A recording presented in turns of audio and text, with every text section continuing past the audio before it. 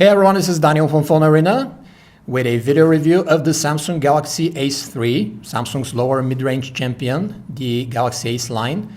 Just got a third generation entrant with the aptly named Ace 3 here. It is not a huge upgrade over the predecessor, as is the habit with Samsung's annual updates lately, and the phone mainly got a 0.2 inches screen bump and a tad faster processor.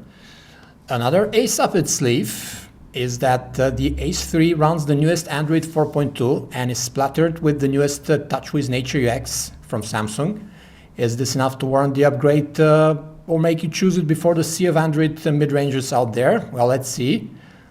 Molded in the tried and true chubby plastic traditions of Samsung, the Ace 3 hasn't gotten much prettier in this third iteration than the previous two. We have the LTE version for review, which is slightly thicker and heavier than the 9.8mm 3G version. The typical soapy shape with tapered sides and metal-like rim around the front panel do look decent though. And the dark blue pattern plastic here on the back is a nice change from Samsung's glossy black covers of yesteryear. The phone has become slightly taller compared to the Ace 2 to accommodate the larger screen, but the side bezels have shrunk and the width has been kept almost identical, so the phone is very easy to hold and operate with one hand as well. The volume rocker here on the left and the power lock key at the right are thin but not uncomfortably so they're very easy to feel and press with good tactile feedback, as is the large physical home key underneath the display here. As for the display, we got a 4-inch LCD panel with the Galaxy Ace 3, which sports 480 by 800 pixels of resolution, ringing in a decent for this class 233 ppi pixel density. The screen sports good color representation and very nice viewing angles, as you can see.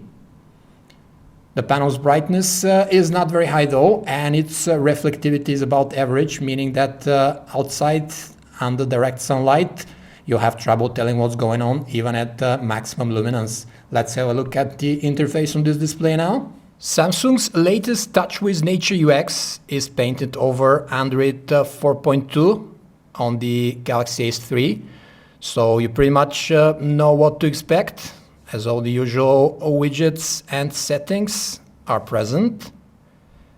From the bells and whistles that come with the flagship S4, for example, here we only have the S-Travel in partnership with TripAdvisor, Smart Stay, and the S-Translator applications.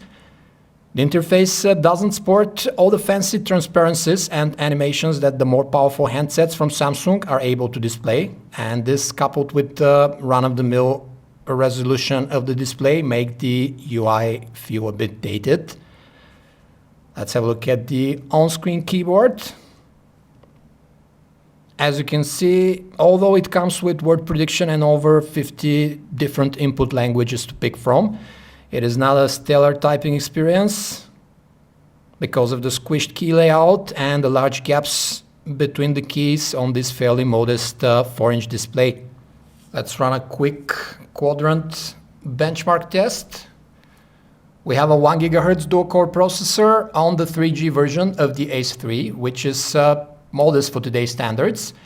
And the LTE variants we have here kicks it up a notch to 1.2 GHz dual-core CPU with a PowerVR SGX 544 GPU. The handset runs Android 4.2 Jelly Bean with minute hiccups during transitional animations though, but app loading times as well as multitasking are carried out with decent speeds.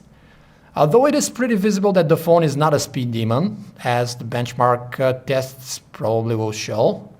Let's wait for quadrant to end and we'll see. The 3G version of the phone has 4 GB of internal memory, of which about 2 are user available, and the LTE one sports 8 GB of storage, of which 5 gigs are user available. Samsung has supplied 1 GB of RAM with the phone, and there's a micro SD slot for storage expansion on both versions.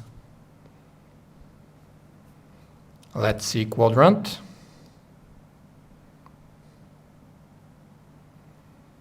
Okay, we got 3,343 points on quadrant, which is a pretty low result for any standard. Granted, browsing on a 4-inch display is not as pleasant as on a 5 or even 6-incher, which are not a rarity these days, but the stock TouchWiz browser is quick to render pages and zooming is smooth. You can also display Adobe Flash content if needed, which is an advantage before the default Android browser Chrome. Other than that, we aren't present with anything out of the ordinary in terms of features. Just the usual set of tools like incognito mode, support for multiple windows, and playback of embedded YouTube videos. As we mentioned, the Ace 3 comes in two versions, one with LTE radio for the respective carriers that support this fast 4G standard, in addition to HSPA Plus download speeds up to 42 megabits per second, while the 3G version comes with 14.4 megabit per second radio only. The rest of the connectivity features for the 3G version are Wi-Fi, Wi-Fi Direct, Bluetooth 4.0, assisted GPS, FM radio with RDS, and that's about it. While the LTE variant we have here throws in NFC as well. The gallery, as usual, offers Samsung's split view mode that keeps your folders on the left and their content on the right here for easier access. You can also edit the photos with a bunch of enhancement options and color effects directly from the app itself, as usual with TouchWiz, but here the photo editor option has to be downloaded separately. Music playback is done via the TouchWiz stock player, which offers an abundance of sound modes and equalizer presets.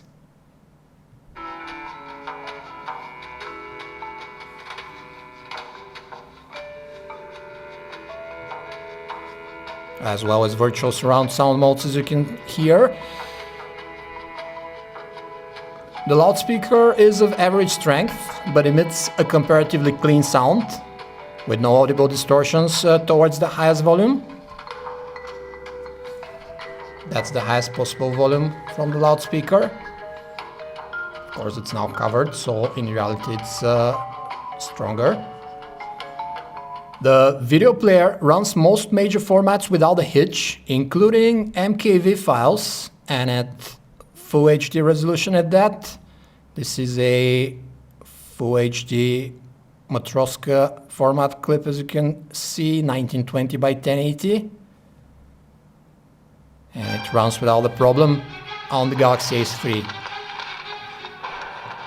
For some reason, however, although the phone supports MKV and XVAD, it doesn't support DivX files in any resolution, probably licensing issues. So if you want to play a DivX video file, you have to download a player from the Play Store. A 5 megapixel camera with LED flash is found on the back of the Galaxy Ace 3 with the new Nature UX camera interface accompanying it. The app offers a more limited number of shooting modes, which can be quickly picked from the carousel here on the right than Samsung's high-resolution phone cameras. There are no rich tone HDR capabilities, for example, but the best shot, night, sound and shot, panorama, these options are present, as well as the macro mode. The pictures themselves look pretty good for an unassuming camera, as was the case with the Galaxy Ace 2, for example. We wish there was some more detail in the pictures, but color representation is quite accurate, and the phone's auto setting capture does the scenes correctly, though there are some shadow clippings in high dynamic range situations. There are no white balance issues with the pictures, and the contrast is pumped up a notch by default, which yields pretty pleasant to look at results. The handset does video recording with 720p at 30 frames per second, which should be the bare minimum nowadays, and in that regard is the same as the 2012 predecessor. There are some artifacts present from time to time, but other than that, the video runs smooth with good amount of detail and accurate color presentation. That's outdoors though, with enough daylight, while low light and indoors video is extremely noisy. Of note should be that the microphone picks up audio with very good and clean volume while recording the footage. When Samsung slapped the slogan "Enjoy the new mobile essentials" on the Galaxy S3, it meant it. The phone is a very mild upgrade over its predecessor, the Ace 2, and only the LTE version offers more internal memory and a faster 4G radio, which will likely come at a heftier price though. And the price will ultimately be what determines the Ace 3 success, as besides the Samsung branding and the newest Android version, it doesn't offer much differentiation in the sea of humble mid-rangers. Thus, it better be priced lower than the last year Galaxy S3 Mini, for instance, since that one has very similar dimensions, but is more elegant and has more internal memory out of the box.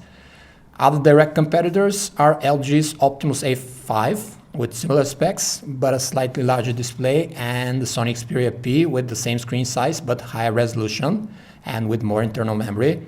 If we look at the Windows Phone world as well, the Nokia Lumia 520 beckons in multiple colors with similar specs and a rock-bottom pricing. So to sum it up, the phone sports good picture quality from the 5-megapixel camera, pretty good call quality, especially in DRPs, and the downsides are very noisy indoor video capture, and the handset feels a bit slow at times with this processor.